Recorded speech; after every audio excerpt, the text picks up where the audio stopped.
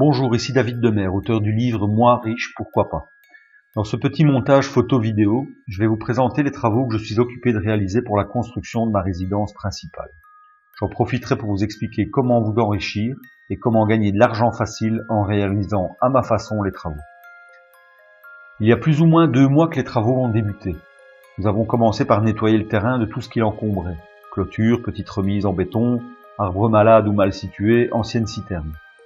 Le terrain a été nivelé et remblayé également à certains endroits. Le géomètre est ensuite intervenu pour implanter le futur bâtiment.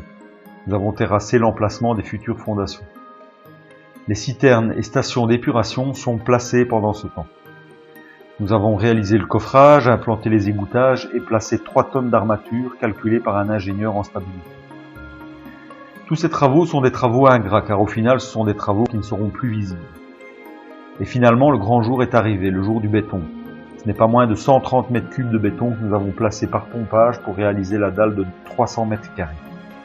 À partir de maintenant, ce sont les travaux de maçonnerie qui ont commencé pour aboutir un jour au résultat final. Voyons comment gagner de l'argent facile avec les travaux. Ceci est un choix personnel, mais j'ai décidé de réaliser moi-même la majorité des travaux. Je suis ingénieur en construction de formation et j'ai surtout beaucoup d'expérience de terrain de par mes précédents achats travaux.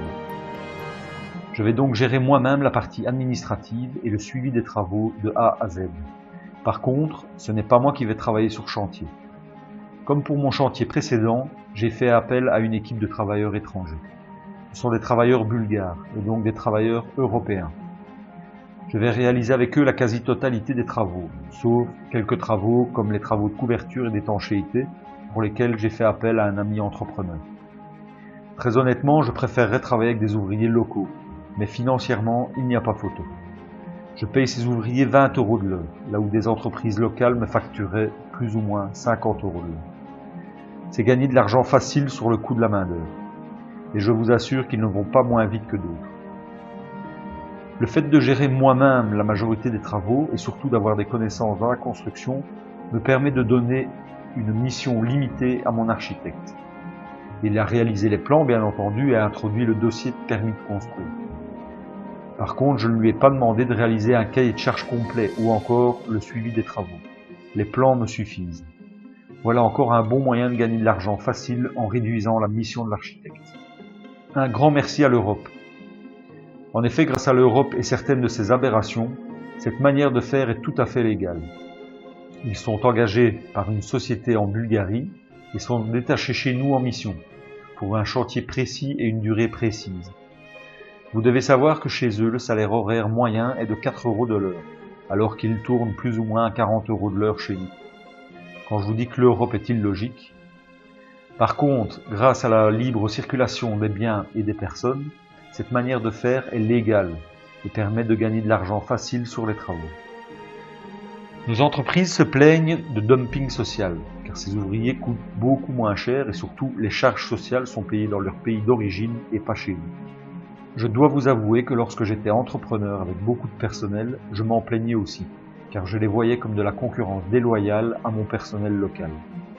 Soit vous vous battez contre des moulins, soit vous jouez avec les règles de l'Europe. Envisageons maintenant l'état d'esprit de ces travailleurs étrangers. S'ils viennent travailler chez nous, comme les Polonais, les Roumains et les Portugais par exemple, c'est qu'il n'y a pas assez de travail chez eux. Et quand il y a du travail, ils sont mal payés. De plus, si vous pouviez être payé 2 à 3 fois plus en vous déplaçant à l'étranger, ne feriez-vous pas la même chose? Ils ont besoin de travailler pour rapporter de l'argent à leur famille restée au pays. Ils viennent donc chez nous pour bosser, et s'ils ne travaillent pas correctement, c'est le billet de retour garanti. Je peux vous assurer qu'ils sont motivés de travailler, contrairement à bien des travailleurs de chez nous. Et lorsqu'ils rentrent à la maison, ils sont les rois du monde avec l'argent qu'ils ont réussi à économiser chez eux. Attention, ce n'est pas parce que ce sont des ouvriers étrangers que je les considère mal. Je leur paye régulièrement un verre ou un resto. Ils sont logés dans un logement décent, un logement dans lequel je pourrais vivre moi-même avec ma famille, et pas dans un conteneur. Nous organisons des petits barbecues de temps en temps chez eux afin de faire la fête ensemble. J'ai déjà été invité chez eux en Bulgarie à 2 reprises pour visiter leur pays. Ils ont confiance en moi et me le rendent bien en contrepartie. À vous de voir si vous pouvez utiliser vous aussi ce type de main-d'œuvre pour vos travaux, pour vos investissements immobiliers. À très vite.